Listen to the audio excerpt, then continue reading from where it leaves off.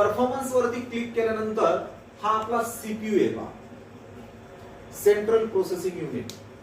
सध्या इंटरनल जे काही सॉफ्टवेअर सिस्टीम चालू आहे त्या लेवलला काय करतोय माहिती का, तो प्रोग्रेसिव्ह काम करतोय का, दिसतोय तुम्हाला. म्हणजे अशा पद्धतीने त्याची तो कोर ऑप्शन दिले जातात. त्यानंतर इथं तुम्ही किती सेकंदाला, आता आपला हार्ट बीट आहे किती सेकंदाला म्हणजे पंपिंग करतं,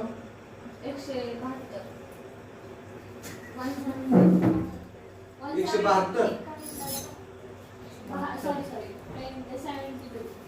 72 करतं, बरोबर ना.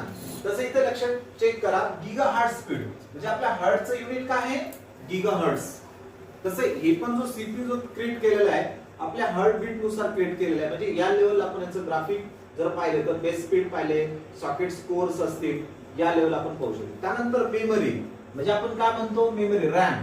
क्लिक करतो रॅम वरती, रॅमचा सिक्वेन्स तुम्ही चेक करा. अशा पद्धतीचा ग्राफ वर्किंग मध्ये दाखवला जातो. जी ही जे सॉफ्ट स्किल आहे, जो हार्ड पार्ट आणि ही रॅम एक्झॅक्ट. आता आपण ही रॅम पाहिली तर रॅम एक्झॅक्ट फंक्शन काय करते, तुम्हाला प्रत्येक काम स्पीड हवं असेल तर त्यासाठी याचं काम केलं जातं.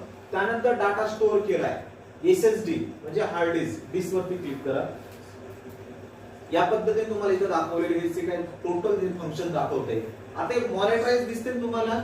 जसं आपण एखादा पेशंट आयसीयू मध्ये लावल्यानंतर त्याला मॉनिटराइज केलं जातं, तसं आपण म्हणतो की ही रॅम काय असते, हार्ड डिस्क काय असते, एसएसडी काय, मदरबोर्ड काय, ते काय काम करतं कधी आपण पाहत नाही. हे जे सगळं जे नॉलेज आहे इंजिनिअरिंग लेवलचं नॉलेज आहे.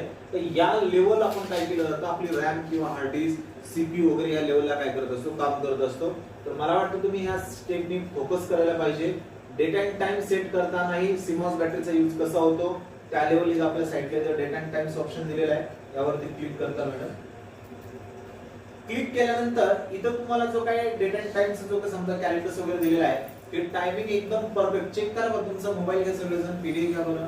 सेम आहे का, 12:56 झालेत का, मग किती झाले तर 10. म्हणजे एक्झॅक्ट काय झालं, याचा प्रॉपर झोन सेट नाहीये. तो झोन सेट करायचा असेल तर रिटर्न परत मॅडमला राईट क्लिक करतात. राईट क्लिक करा. राईट क्लिक केल्यानंतर याच्यामध्ये आपल्याला क्लिक केल्यानंतर इथं आपल्याला ऑप्शन दिलेले आहे पहा, टाइम झोन. यूटीसी मध्ये चेन्नई, कोलकाता, मुंबई आणि न्यू दिल्ली. म्हणजे इंडियामध्ये ही 4 झोन येतं. इथं काय केले जातात, सीमॉस बॅटरी जे तुम्हाला आताच दाखवली की ती सीमॉस बॅटरी इथं डिटेक्ट करते. म्हणजे एक्झॅक्ट आपल्याला काय करावं लागेल, अपडेट करावं लागेल. इथं सेट टाइम झोन ऑटोमॅटिकली वर क्लिक करा आणि सेट टाइम ऑटोमॅटिकली ऑफ करा.